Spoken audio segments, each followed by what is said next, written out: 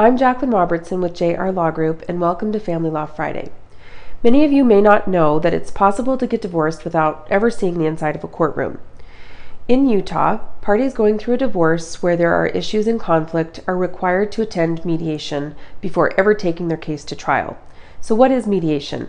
Mediation is a highly effective process designed to bring the parties together with a neutral third-party mediator in an effort to resolve the issues outside of the courtroom.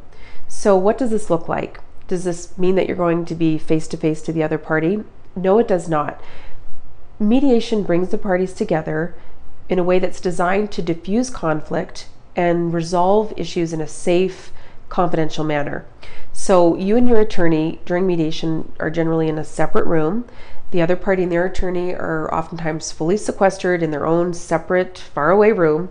And then the mediator is the skilled, neutral third party who will help be the go-between person to help resolve the issues, bring the issues to the table, and help get the parties on the same page.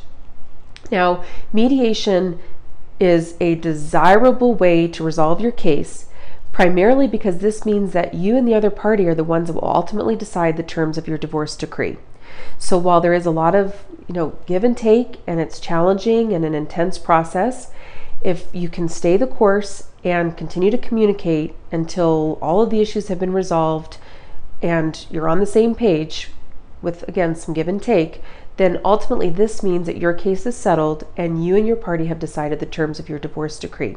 So if you are successful during mediation at resolving the issues, on that day from the agreement, a settlement agreement is drafted and generally signed that day, and then at that point you know what the terms of your divorce will look like and you're done, because from there the attorneys will draft the final documents. The divorce decree will be defined by the terms that you've reached in your settlement agreement. So this makes, not only is it a more efficient way to resolve your case, it's also way less exhausting emotionally, financially, and resource-wise, because again, on that day you're finished. Now, how long does mediation take? There's a required 2-hour minimum, and beyond that it just depends on the case and the amount of conflict. Generally, a good day in mediation can get you to a settlement agreement in a general divorce with children and some financial issues to resolve. Sometimes if the conflict is still high and it's not quite diffused, the parties can come back another day and get on the same page.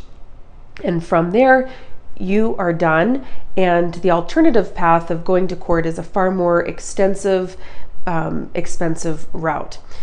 And speaking of more efficient cost, basically the cost of mediation is going to be, each party has their attorney's fees, and then the hourly rate of the mediator is split between the parties. So that's what to expect in mediation generally. And during these Family Law Friday blurps, I've been talking to you about the different stages of divorce and issues that come up. And in the ensuing weeks, there's still a lot of topics to cover. But next week, I'm taking a sidestep to talk about summertime, parent time, and visitation. I've had an overwhelming amount of you reaching out to ask questions about what the schedule should be during the summer, and there's a lot of confusion around summertime, parent time. So that's what we're going to talk about next week. Follow me on Instagram at JR Law Group, or if you'd like to schedule a consultation, go to my website at jrlawgroup.com. Otherwise, I'll see you next week.